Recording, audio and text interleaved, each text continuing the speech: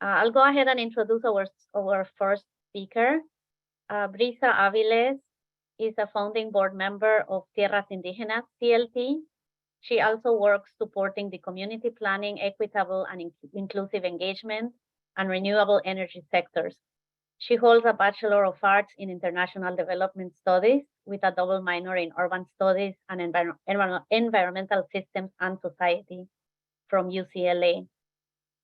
And welcome, Brisa. Hi, Lydia. Thank you. And it's so great to see so many people from out of state joining us.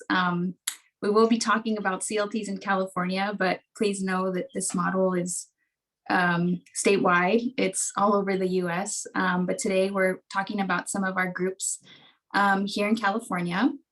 The CLT model is one that is very ambitious and varies differently throughout the state.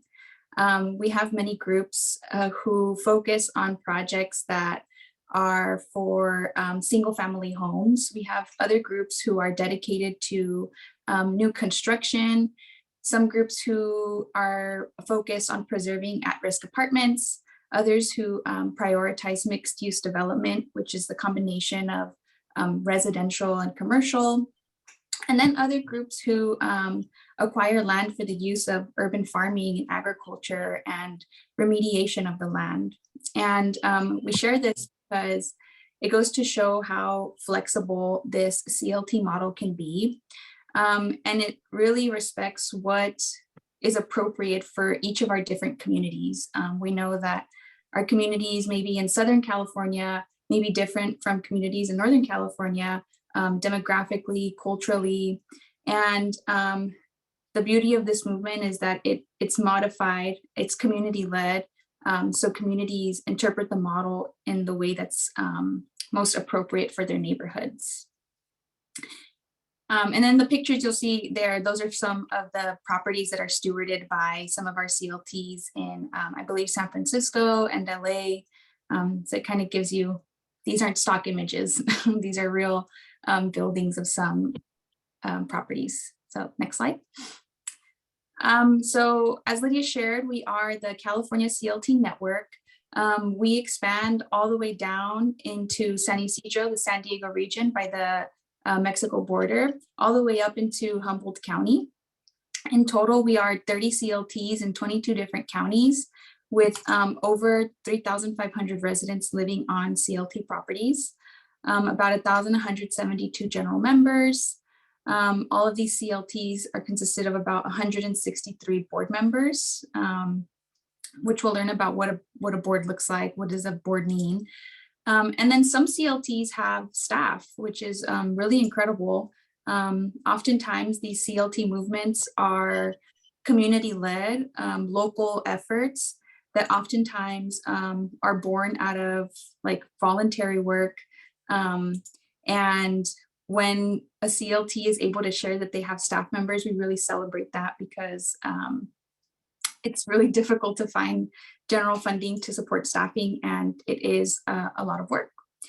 And the CLTs that you see here are CLTs that are involved in the network, but there are also emerging groups who haven't formally established as CLTs. They are working on being a part of the network as supporting members, but we foresee this CLT movement to grow within the next couple of years. Next slide.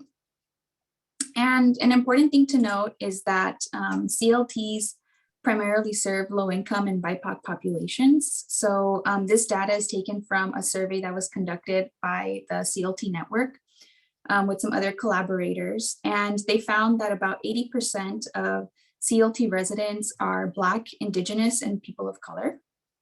And this is extremely important to note because historically we know that these populations were the ones who were excluded from those opportunities to own housing or acquire ownership. And these are typically the groups who have less access to the opportunities for generational wealth. And then we see the annual household income of CLT residents. a good majority of the residents fall between that 14K to 40K annual household. And the CLT model's primary goal is to protect and preserve affordable housing in perpetuity, with the goal of making sure that we are protecting this, this range of annual household, our lower income folks, who are the most vulnerable and most susceptible to being displaced or to being evicted. And so really the model is working towards protecting that group that oftentimes aren't protected in that traditional real estate market. Okay, next slide, please.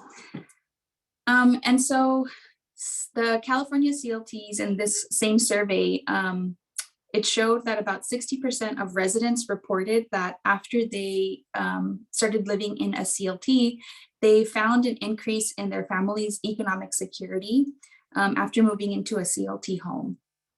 And it's what's the economic security I thought a lot about. Well, why did people feel so secure? What changed? And it's simply the fact that there's a written commitment that their home is protected, that their home is going to remain affordable, that provides that economic security, but also that mental stability and that peace of mind, knowing that you are protected and that you are able to live in a home that is going to remain affordable. And also another sense of security is that the CLT is really adamant and big on building relationships with the people who live on those CLT properties. When families who are residents fall into economic hardships or financial troubles, the CLT is a resource for those families to make sure that they have access to opportunities to make sure that they're able to stay in their homes and stay housed. Next slide, please. So the question is, who is the CLT network? Well, we do a lot of advocacy work. The network is committed to engaging with policymakers all throughout the state on issues around property tax, tenant opportunity to purchase, funding for housing acquisitions. And in the last 2 years, we've scored some major victories at the statewide level. One of them being securing a $500 million foreclosure intervention program. And we have a working group to learn about how we can access that funding and how we can be prepared as a CLT network or as individual CLTs to be in line to receive some of that funding. And another great thing about the CLT network is that we really value capacity building and peer learning. While we are really spread out across the state, we do a lot of virtual work, virtual working groups to make sure that resources are accessible and that we're all kind of coming together to make sure that we are learning about these different opportunities that exist. I know I'm in Southern California, and we learn a lot from our peers up in Northern California who have existing CLTs for many years. And we often say that, you know, we're not trying to reinvent the wheel here. We're really just trying to learn from our peers who have been successful and taking those templates, those models, and modifying them to make sure that it's appropriate for our Southern California communities. And the network is been kind of like this ground that houses all those materials that these CLTs produce. On the network, you'll be able to find templates that they've developed, legal documents. As a merging group, sometimes you don't have access to lawyers, you don't have access to these fancy legal advice. And so the network really has these legal template documents that you could access for free. Also, a great thing about the network is they provide a lot of these resources in Spanish to make sure that it's accessible to all groups, and you can find those on the website as well. Great. So now we're going to launch into a poll. We're trying to make sure that this kind of remains a little bit interactive here. And it's not just a bunch of talking. So poll 1, for the purpose of this workshop, what affiliation best describes you? And you'll see the options up on the screen.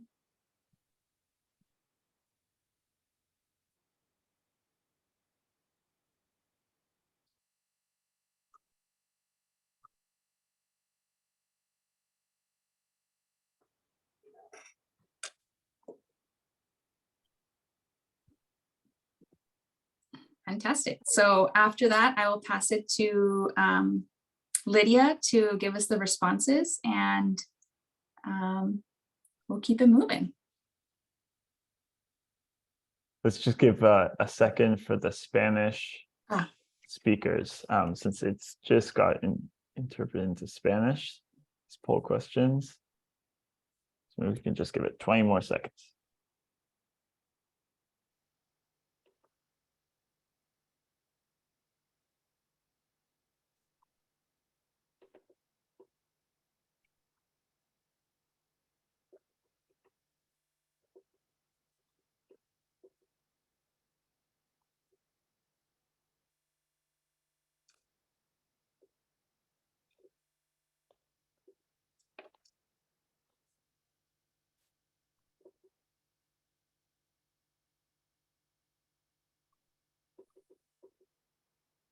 Okay, Lydia, you want to take it away? Thank you. Thank you for sharing the poll too, Leo. And it looks like we have a lot of community members, nonprofit staff, and other folks affiliated with an existing CLT. We also have a few attendees at this workshop from government and from foundations or other philanthropic organizations. Thank you everyone for participating in the poll. Next up, I would like to introduce our next speaker. Sua Hernandez is Director of Housing Resilience and Executive Administrator at El Sereno Community Land Trust. She began her career in the affordable housing industry in the late 90s after an ELAC organizer introduced her family to the organization and politics of economic justice. The awareness she gained from that experience is the foundation through which she understands the systemic inequities that plague communities of modest means that lead to housing insecurity. Welcome, Sua. Thank you, Lydia. So just to continue, the reality that not just in the US, but globally, a lot of how we use our streets, our homes, our open spaces, our resources are really shaped by land use policies, and they look different everywhere, right? But a lot of them carry undertones of a lot of racism, and in particular in this country, the way that our communities look and feel and how we experience them in real life are a direct result of these land use policies. And here in the United States, these policies, the undertones of racism, what they look like is, they started with the appropriation of indigenous lands through genocide and other means of violence, really forcefully removing folks that were living here from their spaces and really just isolating them in areas that, were not traditionally where they lived, and they were just, pushed out of many places. And that was followed by economic exploitation, or along with economic exploitation of our African-American community members, and the exclusion, like explicit exclusion of opportunities for our community members of African-American descent to be able to purchase and participate in the real estate market and the purchasing and ownership of property.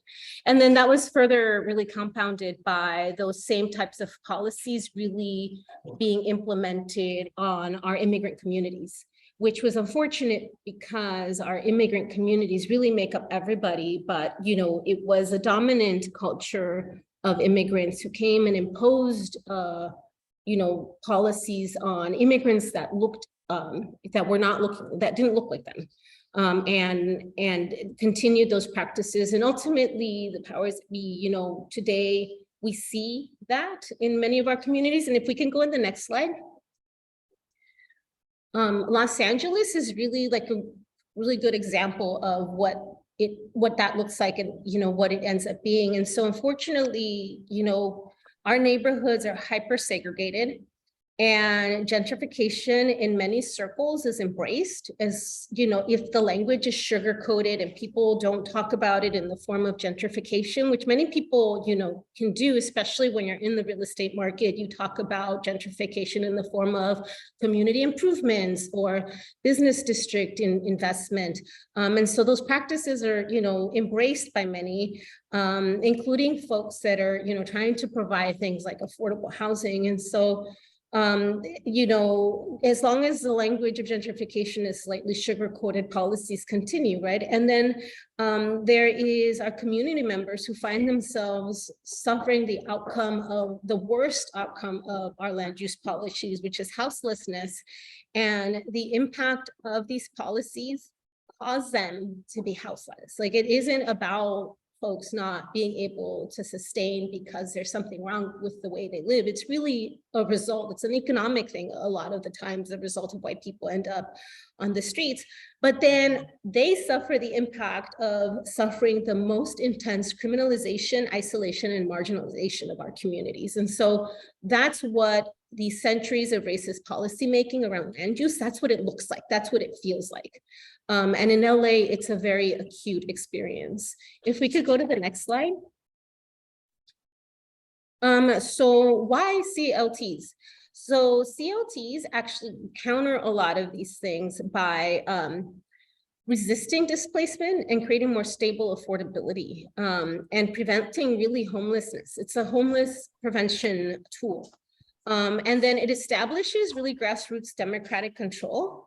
And it, you know, that really leads into the neighborhood decision making. So there's that at community level understanding of how these resources can be used, but also a community level engagement in how they can Excuse me. Hi, Yeah. sorry, they just put in the chat if you could slow down for the interpreter. Yeah, sorry about that. I will. I'll try not to be so nervous. So, you know, hopefully another result of this is that these communities can also create like systems that help them to be really autonomous in their stewardship and resilience. And as an outcome, really be self-reliant in how they move from a struggle of survival to a life of resilience. And then they provide services and facilities that the market will not. And so it is really that piece around democratic control over resources that is what sets apart CLT. So if we could go to the next slide. So New Communities is the first CLT that was established here in the US. And the CLT model really grew out of indigenous practices and cooperatives from origins around the world. One example is, for instance, in Mexico, the example of ejidos, where people in a community own the lands together and practice, you know, using the resources and generating resources from the land in a communal way. So those types of models were what really helped the CLT model here in the United States grow. And one example is this, the New Communities, Inc., which was born out of struggle for racial and economic justice in the 60s in Georgia. It was developed by civil rights leaders, and it became the largest tract of land owned by African Americans in the US. The next slide, please.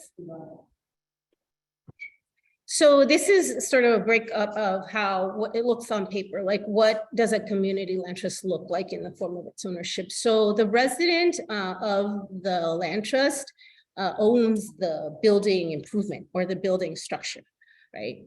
And then there is a 99-year ground lease that the user and the people kind of living on the structure or using the land have with the CLT.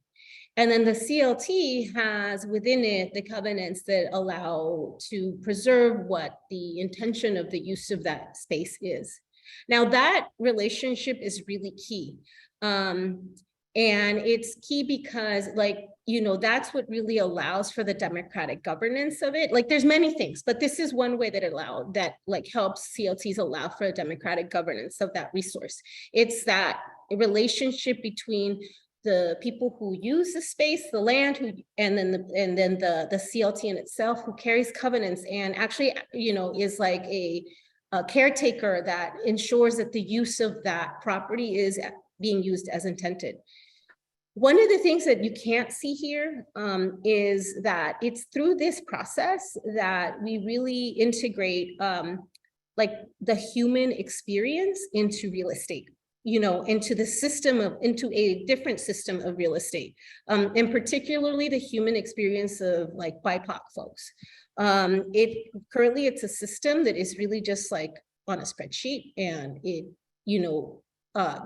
really understands the value of trading in just very numerical financial terms, but through a CLT model and its process of decommodifying, it's what kind of weaves in the human experience into that real estate system. So it removed from the context of where there is no human experience, or you don't take into account that when you buy and sell real estate, to a process in which it takes the property out of the speculative market. And now when you deal with the property or the transfer of it, you really do take into consideration who is on the space, who is using it, who is living in it.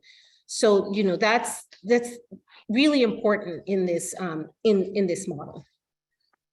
If you go to the next slide. So as you can see, you know, one of the other things about CLTs is there's this thing about perpetuity. And so CLT is actually really kind of set up to be able to carry that perpetuity and the care of that land in perpetuity really fluidly, because it's almost like a blank canvas that can have needs met, or can meet the needs of community and those who use the land in many different ways. You can have the CLT be structured for single family homes, for limited co-ops, for condos, for multi-rental. If you go to the next slide, you also see that you could have urban agriculture, small businesses, open spaces, communities. This is highly, highly important, because in this notion of perpetuity, the needs of communities are going to shift over time. And so a land trust is set up in such a way that the fluidity of being able to adapt to being what the community needed the land to be used as is built into the model. So next slide. So, you know, here we are again, an example of how the ownership is split. And so the CLT again holds the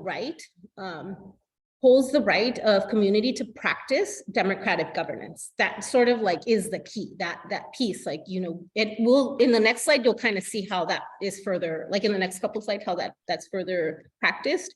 But then, you know, then the whoever is using the space for whatever they're using it, they own the improvements, but then there's this lease between these two parties. And the lease really lays out the mutual responsibilities, right, of what each of us intends to do.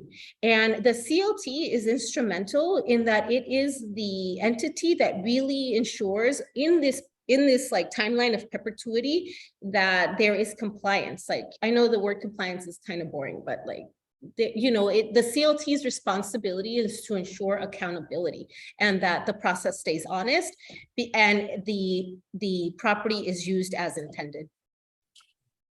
So if we can go to the next slide. So here's one example, right, of how a CLT can be structured. So CLTs can focus on any number of things. As we said, they could be rental housing activities happening, they could be, you know, other types. But one way is, you know, sharing equity in the form of ownership of housing.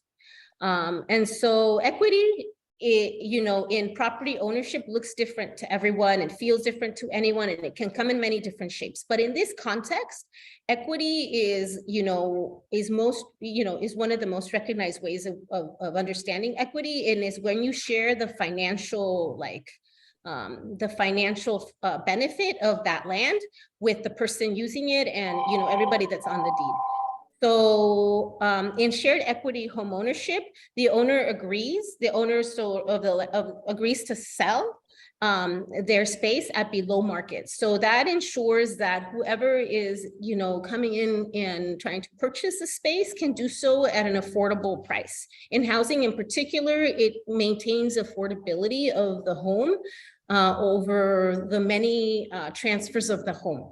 And so, there is an agreed upon equity formula that allows folks coming into the home an understanding of how much equity they will actually gain over time. And they are able to come into the market, and we are able to provide generations of owners with affordable home ownership opportunities that they wouldn't otherwise be able to afford. So then we go to our final slide. And this is like by far one of my favorite ways or one of my favorite kind of slides, because it really shows the other layer, which is, really illustrates, the way that the democratic governance of a CLT is incorporated into its structure. This is one of the ingredients, one of the secret sauces of CLTs, is that there is a structure that is divided where the governance of the CLT is divided between CLT residents or users of the space, community members, right?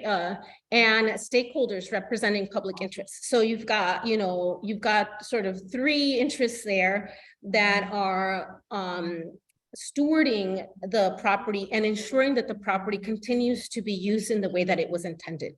And this is what really facilitates that democratic governance. And it ensures that those that are served by the CLT can engage in deciding on the future of their resources. And that's really key, because a lot of that fear of losing is sort of addressed in this way, because so many times, even when you own your home, there's such little control you can have in negotiating the future of that resources when something happens where you can't, hold on. And through a CLT model, there's a little bit more ways of incorporating almost solutions that really incorporate, again, that human experience and what's happening, right? And so this is really the structure that allows a CLT, this governance structure, to do that. I hope, I kind of covered it. We're going to another poll, and I actually don't have the question in front of me. I can invent one. Oh, there it is. All right, so here we go. What brings you to this workshop is the question.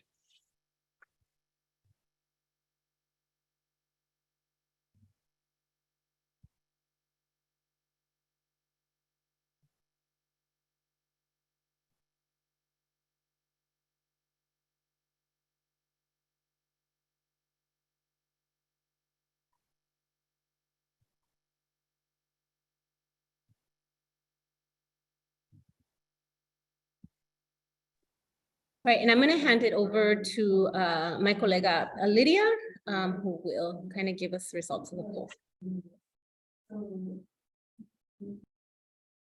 Thank you, Sua. And we're just waiting for a couple more results. Oh, there it is. There it is. Thank you for sharing the poll results, Leo. It looks like we have a lot of folks that are curious about this model of community land trust and how versatile it can be. And also a lot of folks working already on existing CLTs. Thank you, everyone, for sharing on this poll. I will go ahead and introduce our third and final speaker, Jackie Rivera, who is operational co-director at South Bay CLT. And Jackie has participated in local tenant right campaigns as a renter herself in San Jose from 2014 to 2020, and in issues of food sovereignty and food access, as well in her work with La Mesa Verde at Sacred Heart Community Service. Welcome, Jackie. Hi, everyone. Awesome. I know we're getting a little short on time, but these are kind of, the next slides are kind of get into not super nitty gritty, but some of the more details of it sounds like a lot of folks are interested in starting up or really strengthening CLTs where they are based. So diving a little bit further into community control and how CLTs achieve this, really going further into that governance structure that Sua was sharing. First of all, I want to say that for all of these next things, and hopefully what you walk away with from the workshop is that there's no one way to do it. Things might start off in one way as, you know, you're starting up the CLT and it evolve over time. So, you know, really bold it on there, no one way to do it. Here, going into a little bit more of the governance of the organization itself, it can range from being a membership organization or a non-membership organization. And this typically has to do with the formality of like how your board is elected or the way folks in your community have decision-making power in the organization. Other ways is it can be incubated by a nonprofit, so another existing organization before it becomes its own standalone. It can transition, as you've heard, many start off without any, again, focusing on housing, in this case, without any residents. So you might not have, you know, your perfect pie of a third being resident members yet until you start acquiring properties. So, you know, your board might just be solely community members at the time. And then lastly, it could also be incubated by public agencies. And we can click and see some examples of some of our network members. If you can click to the next. Just real briefly, some here that show these different governance structures, like I mentioned in the last part, incubated by public agencies. Irvine CLT was launched in partnership with the city of Irvine a couple years back, actually a few years back now, and they still have, the city still has representation on their board. Sacramento CLT, you know, has an appointed transitional board with plans for new elections. But we can go to the next slide. And then again, how we do stewardship. One of the key pillars of the CLT is stewarding land in perpetual trust for the benefit of the community. What that really means is, you know, how we take care of not only the land and the buildings, but the people that engage with that land and with those buildings, and again, residents. And so we can see this kind of broken down in two pieces, support services and then monitoring and enforcement. For supportive services, again, we want to keep people housed. We want to make sure that they can stay housed for generations to come. So some of those supportive services can look like financial counseling, foreclosure prevention, community organizing, resource pooling.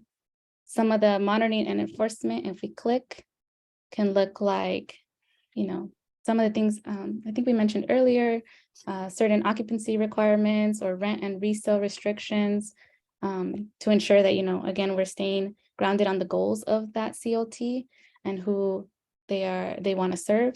Property maintenance, ability to intervene in emergencies. Again, all of this being with the long-term goal of stability, affordability, and financial well-being of both buildings or whatever is on that land, whether that's a community garden, et cetera, and residents. We can go to the next one. Where can a CLT happen? Basically anywhere where folks are interested and committed on like working towards one.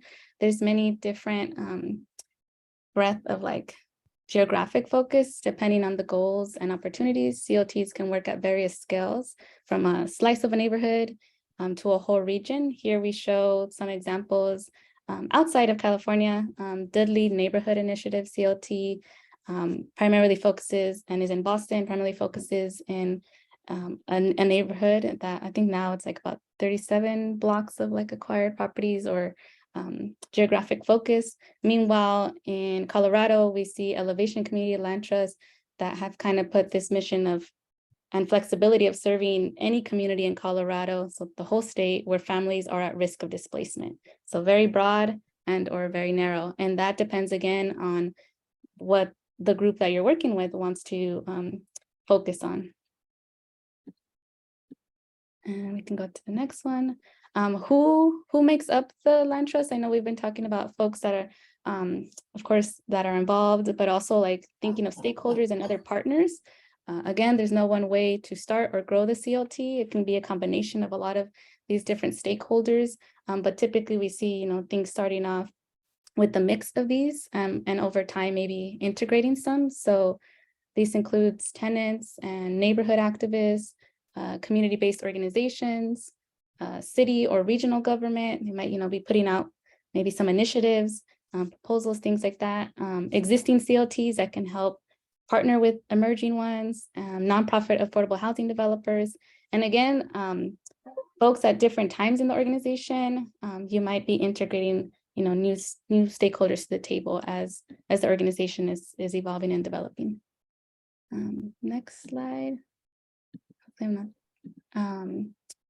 I think we've shared, a lot starts off as volunteers, and still continues as, needing folks, giving their time, giving different skills that they bring in, including residents. I forgot to mention in the property maintenance section, really working towards resident control, that can look like more involvement in the property maintenance itself.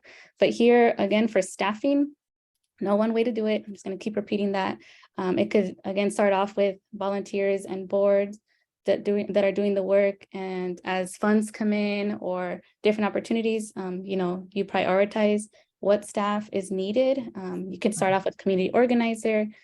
You can start again off with whatever the organization is identifying is the greatest need, and then as you continue to grow, you're building out your staffing plan.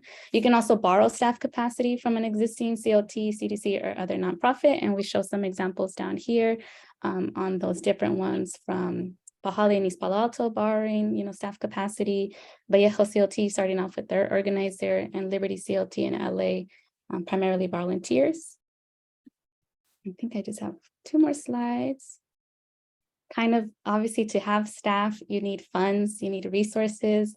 You need to ensure the long-term sustainability of the organization itself.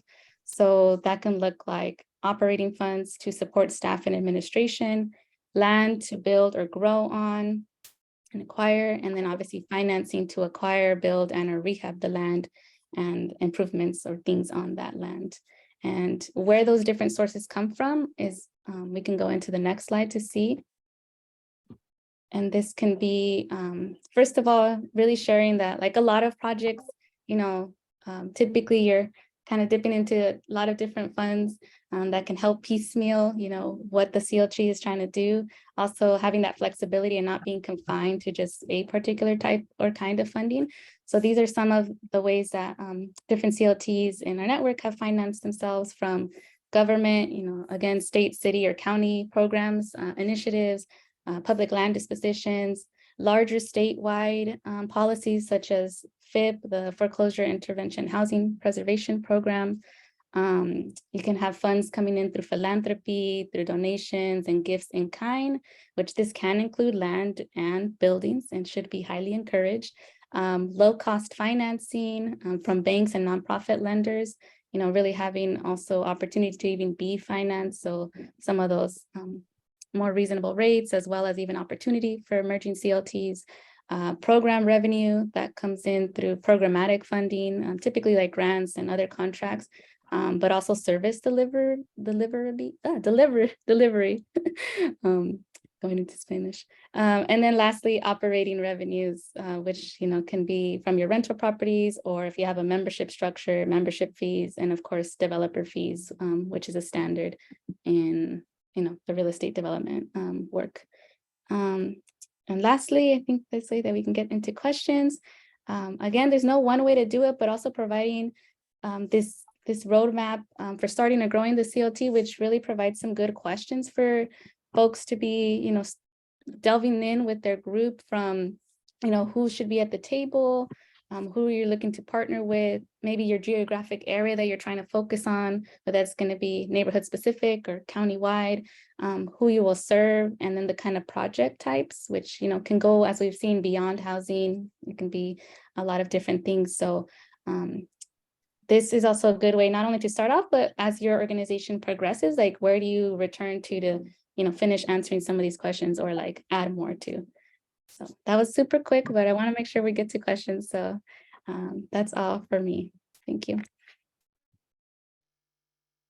Thank you, Jackie. And I see that there's some hands raised. We will have a Q&A at the end, and you guys can put questions in the chat. I will go over a few other announcements. We have a website where you can find out more about membership with the California Community Land Trust Network. If you're interested in that, just go to the membership information link at the top of that website my colleague just shared. And there are two types of memberships. We have voting members who are community land trusts already, or emerging community land trusts that may be fiscally sponsored and are not organized as nonprofits yet, but are planning to, and who are already engaged in the initial formation of a land trust. That's for community housing. And I would also like to share with you how you can receive our newsletter. We publish a Community Land Trust Network newsletter monthly. And if you go to that same website and click on their news, you should be able to add your email to receive updates from the network. And I would also like to go over some ways that you can support community land trust and community ownership. You can join our network and join our working groups and committees. You can also support our legislative priorities, including the Community Anti-Displacement Preservation Program or your local Tenant Opportunity to Purchase Act campaign. And there's also other initiatives that we engage in at the local and state levels to support community ownership. And we are gonna start taking questions from the chat. Please put your questions on the chat, and also we're sharing a Jamboard. We encourage you to fill out the Jamboard while the questions are coming in. And my colleague Leo just shared the link for the Jamboard.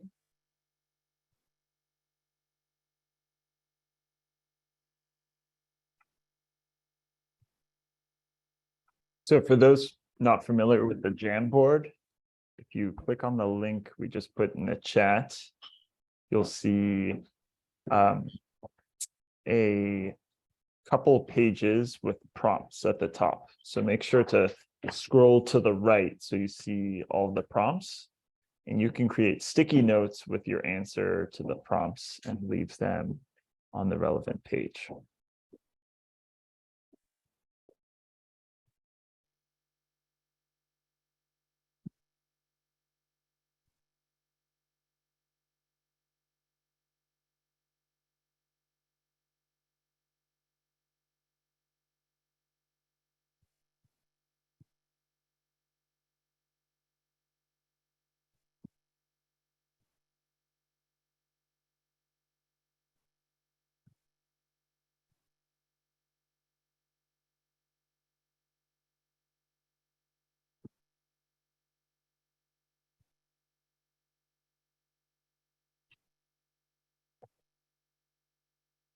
So Leo, I see some questions in the chat box. Do you want to? Yeah, I think Lydia's gonna read out some of the questions. Yeah. Yes, let's get started with the Q&A. And thank you for the folks that are participating in the chat with the questions. This is a large group, and so we'll be taking questions only through the chat. The first question, could you explain a little more about how the 99-year lease works? And is this type of lease standard across all community land trusts?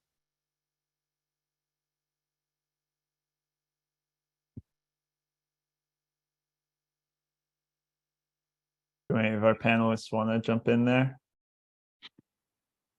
I can jump in. The leases, it's a little bit low. So the leases is basically an agreement between the land trust and the user. The 99-year limit is, I think, influenced by a law that, doesn't allow us to actually have like a lease or a document that kind of calls out perpetuity. So that's why we have to kind of add the 99 number on there, the 99 years on there. But the way that it works is it's an agreement between both parties. And the agreement, at the 99 years, the idea is that the agreement renews automatically in some cases. Other cases might be different, but generally it renews automatically.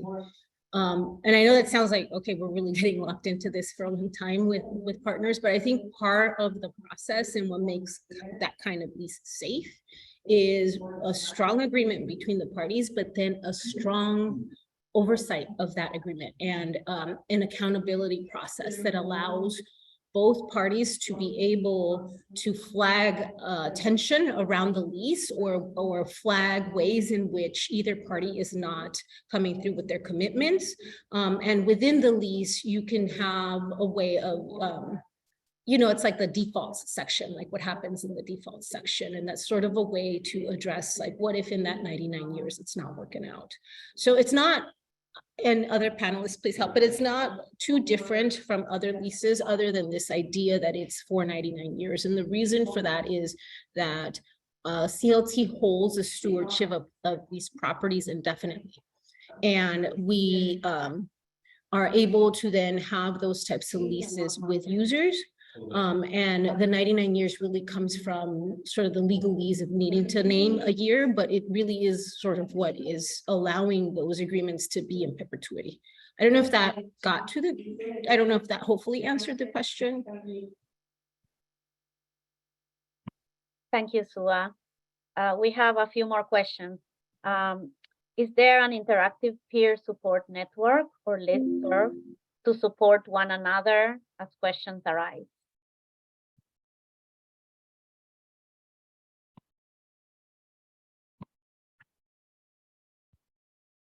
So yeah, I go can ahead. jump in. Yeah, so I feel like I'm taking a lot of space. So yes, so here in LA, we have an LA CLT coalition, which is meant to support both existing CLTs, but also offer a network of support for CLTs that are emerging.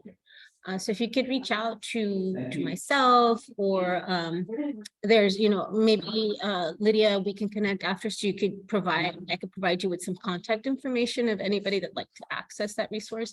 I think also the LA CLT network across the state is another such resource.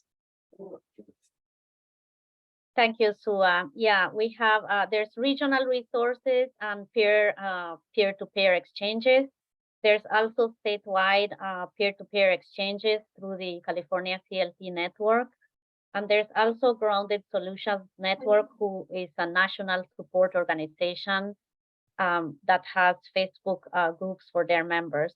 As far as the network, the CLT network, we have an email list for members where they can share resources and questions about those resources and opportunities for funding, for example. We have a couple more questions. Can you talk about where there are existing tenant opportunity to purchase act campaigns? And I'm gonna kick this one over to my colleague, Leo. Thanks, Lydia, and thanks for that question. Whoever asked that great question. So Tenant Opportunity to Purchase Act is a kind of local or regional or potentially state law that empowers tenants to make the first offer on their apartment building when it's put up for sale. So it doesn't require an owner to sell it to their tenants, but it creates a time period in which the tenants are able to make the first offer, and they're also allowed to match an offer by an outside bidder. So the idea is to prevent displacement of low-income folks and try to create more community ownership opportunities for people. That might be in the form of a cooperative. It could be in the form of a cooperative on a community land trust or rental housing on a community land trust. So right now, nationally, there's a tenant, it's what we call it TOPA, Tenant Opportunity to Purchase Act. There's an ordinance in Washington, D.C. A couple of years ago, San Francisco passed a version of it that they call COPA, Community Opportunity Purchase Act. And right now, there are very active campaigns in Berkeley, San Jose, East Palo Alto, and LA County. And there's folks looking or discussing TOPA campaigns in Sacramento and Mountain View and a few other places as well. There's also a statewide TOPA bill that we're supporting this year that is unlikely to pass right now, but hopefully in pushing for it, we'll be educating the public and educating elected officials. Thank you, Leo. Next up, someone is asking, are you aware of any Native American tribes or organizations here in California that have a community land trust? We have 2 network members who are part of our voting membership who have started projects with community land trust. One is the Wiyot tribe through their Dishgamu Humboldt CLT, and another one, they're in Humboldt, and another one in Adelanto, California. Their Tonga Tarashat is the name of the organization. And we have a couple last questions. And that I'll just throw in the Segura Te Land Trust in the East Bay. Yes, that's right. Thank you. Yeah, we also have the supporting member in the East Bay. So yeah, there's a lot of interest across California. We're gonna wrap up with a couple more questions. Where have community land trusts found grant funding opportunities? And related to this, is HUD a good place for funding these projects?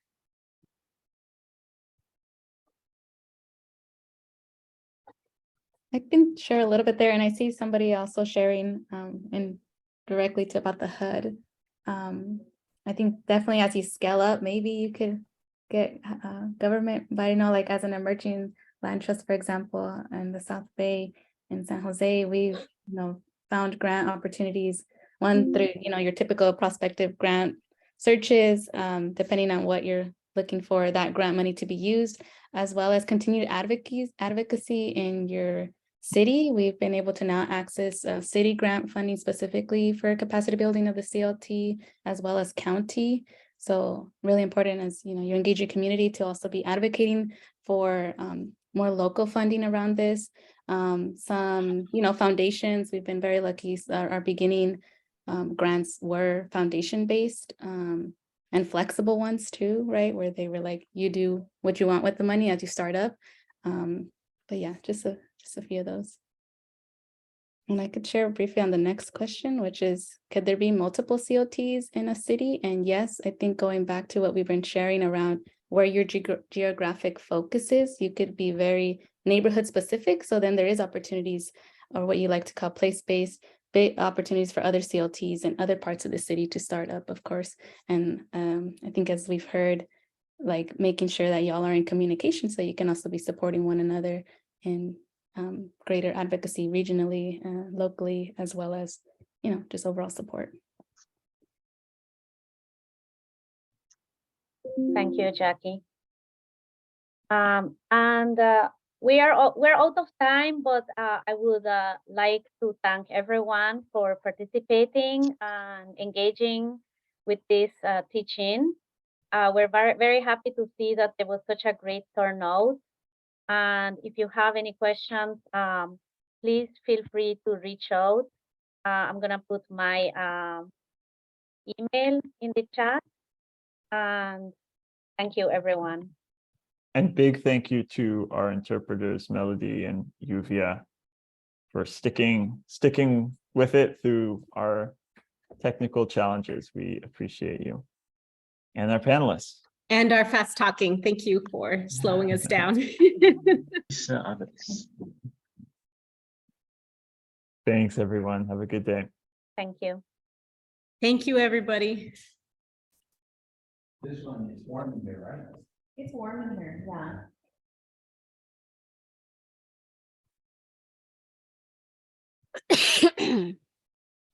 I'm just saving the chat.